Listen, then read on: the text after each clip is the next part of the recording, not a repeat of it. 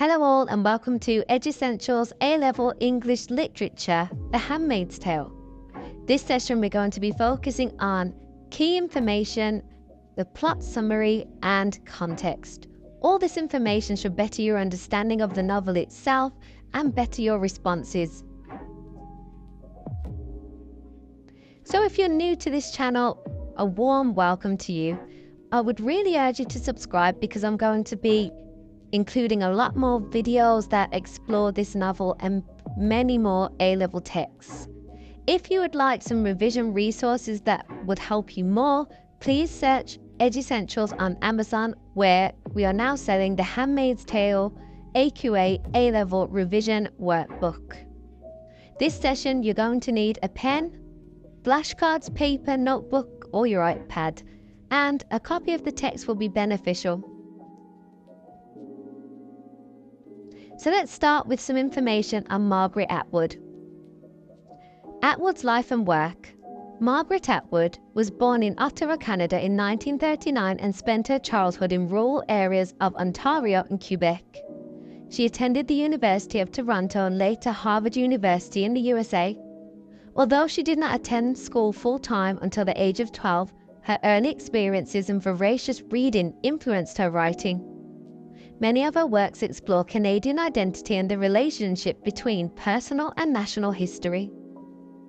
Atwood has also worked internationally, drawing her inspiration from her travels in Italy, France, and the UK. Her career includes more than 40 books of fiction, poetry, and critical essays, with adaptations for television and stage. Themes and influence. Atwood's writing often tackles themes of feminism, gender, politics, national identity, and the environmental issues. She has been reluctant to label herself a feminist, citing the complexity of feminist ideologies. Instead, she prefers the term social realism. Atwood has also courted controversy, such as her comments on the Me Too movement and her signing of a petition defending due process in cases of sexual harassment. She remains a vocal critic of the environmental destruction and animal mistreatment reflected in her novels like Oryx and Crake. Reception of The Handmaid's Tale. Published in 1985, The Handmaid's Tale was well received and nominated for awards such as the Booker Prize and the Nebula Award. The novel explores a dystopian future shaped by real-world events and has been described as a blend of science fiction and speculative fiction. Critics praise it as a warning of how societal regression could unfold. However, some have critiqued the novel for focusing on white feminism and failing to explore the race and wider social contexts. The Hulu adaptation introduced a mixed-race casting to address this critique. Finally, cultural legacy. The Hulu adaptation of The Handmaid's Tale has been a major success, earning high praise from critics and viewers with an 88% rating on Rotten Tomatoes. Atwood has also released a Booker Prize-winning sequel, The Testaments, in 2019, further exploring the world of Gilead. The novel's themes resonate strongly today, with the handmaid's uniform adopted as a symbol in protest for women's rights, making Atwood's work a cultural touchstone in modern feminist and political discourse. So now we're going to explore the plot summary. Let's start with the introduction. The novel is set in the Republic of Gilead, a dystopian society in what was once the United States. Gilead is a totalitarian theocracy where strict religious rules dictate every aspect of life. Women have no rights and are divided into rigid classes based on their roles. The story is narrated by Offred, a handmaid whose sole purpose is to bear children for elite couples who cannot conceive. Life as a handmaid. Offred lives in the household of the commander and his wife, Serena Joy, a former gospel singer and advocate of traditional values. Offred's name reflects her position. It means of Fred, referencing her commander. The handmaids are stripped of their identities, forbidden to read or write, and under constant surveillance by Gilead's secret police, the Eyes. Offred's life is monotonous and tightly controlled. She's only allowed to leave the house for shopping trips, accompanied by another handmaid, Ofgwen. Their routes take them past the wall, where the bodies of traitors and criminals hang as a warning. Each month during her most fertile period, Offred participates in a ritual called the ceremony, where the commander has sex with her while Serena holds her hands. Flashbacks to the past. Through Offred's memories, the reader learns about her life before Gilead. Offred was married to Luke and they had a daughter. When Gilead rose to power, women's rights were revoked. They could no longer hold jobs, own property, or even read. Gilead's leaders justified their actions as protecting women from the chaos of the previous world, which was plagued by declining fertility, pornography, and violence against women. Offred and Luke tried to escape to Canada with their daughter but were captured and separated. Offred has not seen her family since. After her capture, Offred was sent to the Red Centre where women were indoctrinated into Gilead's ideology and trained to be handmaids. This re-education was overseen by aunts, particularly Aunt Lydia, who preached that women's only purpose was to serve men and bear children. At the Red Centre, Offred's rebellious friend Moira tried to escape but was caught and punished. Life at the commander's house. Once assigned to the commander's house, Offred settles into a restrictive routine. However, her life begins to change when the commander invites her to his study in secret. There they play Scrabble, a forbidden act since women are not allowed to read. He lets her look at magazines like Vogue and asks her to kiss him. These meetings become a regular occurrence and Offred begins to see the commander as a complex figure rather than just an oppressor. He admits to her that Gilead's system was designed to solve problems but acknowledges its flaws. During a shopping trip, Ofgwen reveals that she's part of Mayday, a secret resistance group working to overthrow Gilead. Ofgwen encourages Offred to gather information from the commander, but Offred is reluctant. Serena Joy's proposition. When Offred does not become pregnant, Serena Joy suggests a solution. Offred should secretly sleep with Nick, the household chauffeur, and pass the baby off as the commander's. Serena promises to reward Offred by showing her a photograph of her missing daughter. Offred reluctantly agrees. Meanwhile, the commander takes Offred to Jezebel's in an illicit club where commanders mingle with women who are forced to work as prostitutes. There, Offred encounters Moira, who managed to escape the Red Centre, but was caught before crossing the border. Moira chose to work at Jezebel's rather than being sent to the colonies, where people are worked to death. After that night, Offred never sees Moira again. The affair with Nick. Offred and Nick begin their affair as arranged by Serena, but it quickly develops into something more. They meet frequently and secretly, providing Offred with a sense of comfort and escape from her grim reality. She becomes emotionally attached to Nick and starts neglecting Ofgwen's request to spy on the commander. Tensions rise. During a public execution, the handmaids are forced to participate in the brutal killing of a supposed rapist. Ofgwen later confides in Offred that the man was a member of Mayday and that she hit him to end his suffering quickly. Soon after, Offred learns that Ofgwen has been replaced. The new handmaid tells Offred that Ofgwen hanged herself when the eyes came to arrest her. At the same time, Serena Joy discovers evidence of Offred's trip to Jezebel's with the commander. Furious, she sends Offred to her room and promises punishment. Offred fears she will be sent to the colonies or executed. The rescue or capture. As Offred waits in her room, a black van from the Eyes arrives. Nick comes to her and whispers that the Eyes are actually Mayday, operatives who have come to rescue her.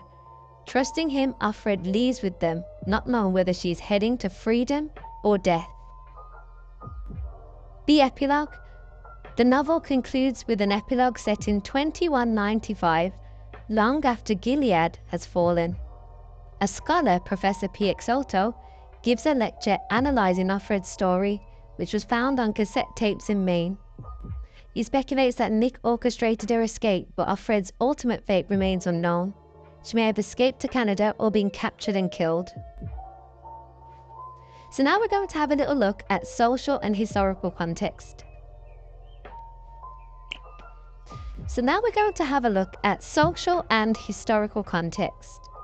Let's start with the Berlin Wall. The Berlin Wall, erected in 1961 and dismantled in 1989. It was a physical and ideological divide between East and West Berlin. While living in West Berlin during the wall's final years, Margaret Atwood observed its role in separating families and enforcing control.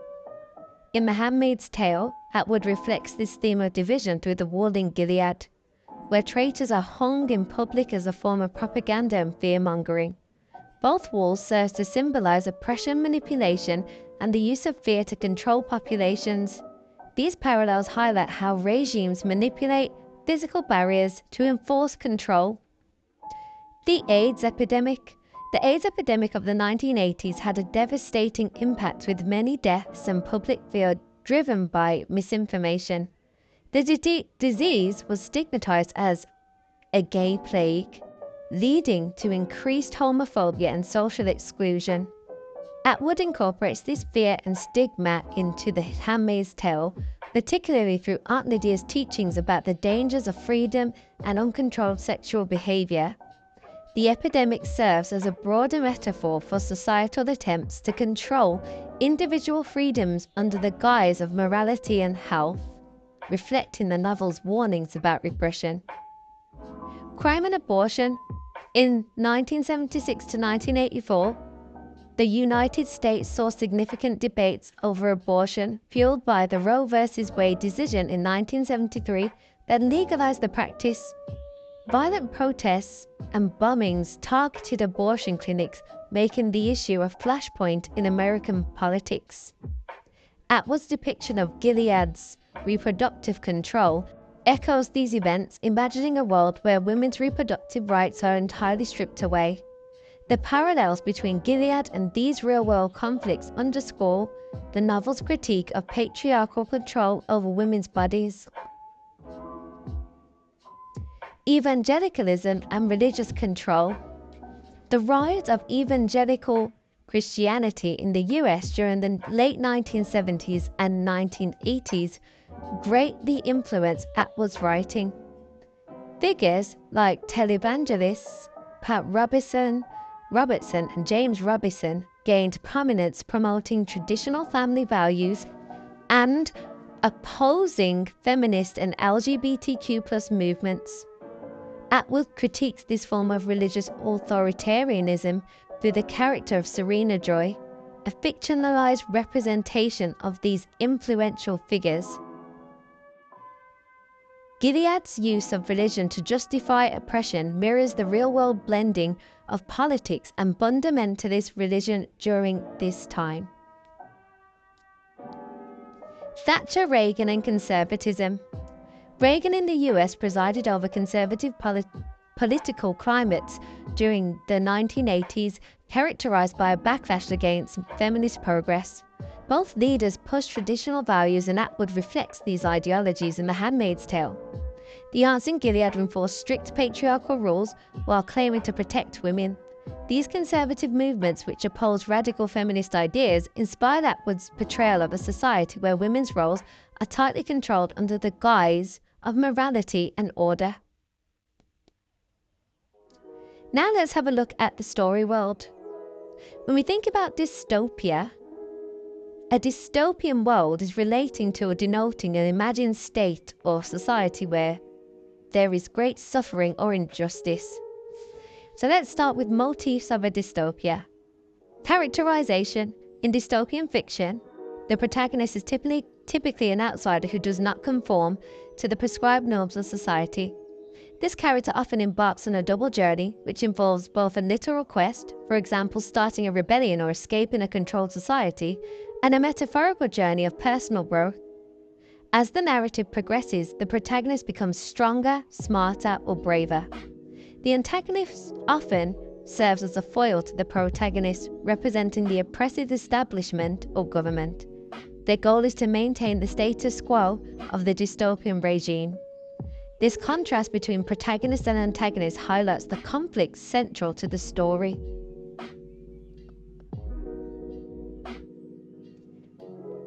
Hobbesian philosophy. Thomas Hobbes, 1588 to 1679, argued in his influential text Leviathan that without a social contract, humanity would exist in a state of nature where selfishness, cruelty, and violence prevail.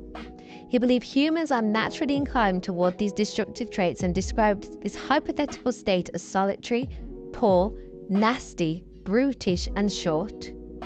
Hobbes proposed that individuals must submit to a sovereign authority to maintain order and chaos. This idea is reflected in dystopian literature, where regimes often justify their authoritarian control as a means of protecting citizens. For instance, in The Handmaid's Tale, Aunt Lydia echoes Hobbesian ideas when she distinguishes between freedom to individual liberty and freedom from protection from harm. Genre. The term dystopia comes from the Greek for not good place and contrasts with utopia, an imagined perfect world. Dystopias are marked by oppressive regimes, nightmarish environments, and a sense of hopelessness. These societies are warnings about current behaviors, projecting fears of totalitarianism, environmental collapse, and moral decay. Famous examples include 1984 by George Orwell and Brave New World by Aldous Huxley, both of which explore the balance between oppression and the illusion of utopia. More recently, The Hunger Games has popularized dystopian fiction for younger audiences with its themes of rebellion, discontent, and survival. Finally, the story world of A Handmaid's Tale. The story world refers to the fictional environment constructed by the author, shaped by narrative techniques, setting, and genre conventions. In The Handmaid's Tale, Margaret Atwood builds Gilead as a dystopian society controlled by religious and patriarchal laws. This world is brought to life through Offred's narration, which blends personal experience with commentary on societal oppression. Sorry, we have one more. Narrative structure. Atwood employs an achronological narrative, meaning events are not presented in a linear order. The story begins with Offred training at the Red Center before jumping between her life before Gilead, her present situation, and her memories of escape attempts. This structure mirrors Offred's fragmented mental state and keeps the reader questioning the reality of her reliability of her story. Offred's narration is also marked by the historic present, a technique where past events are described as if they are unfolding in real time. This creates urgency and immerses the reader in her experience. However, Offred is also an unreliable narrator, admitting she sometimes alters or fabricates parts of her story. This fluidity raises questions about the nature of truth and memory in Gilead. Now we're going to look at themes. So the themes that we have are control and the use and abuse of power, heroism, violence often against a minority group or dissenters, isolation/alienation and division, deceit, identity and selfhood, silence or silencing.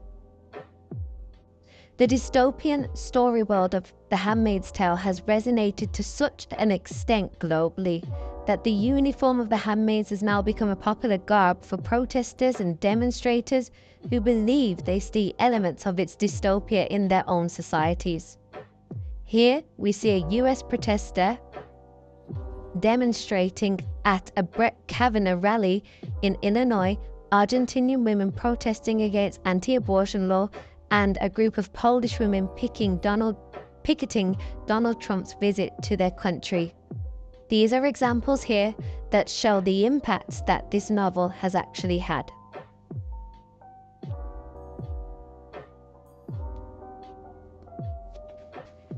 So thank you so much for reaching the end of the video. I hope that this has been helpful to you. Please feel free to watch this over and over again and update your notes. And stay tuned for the next videos where we'll look at each chapter. See you soon. Bye.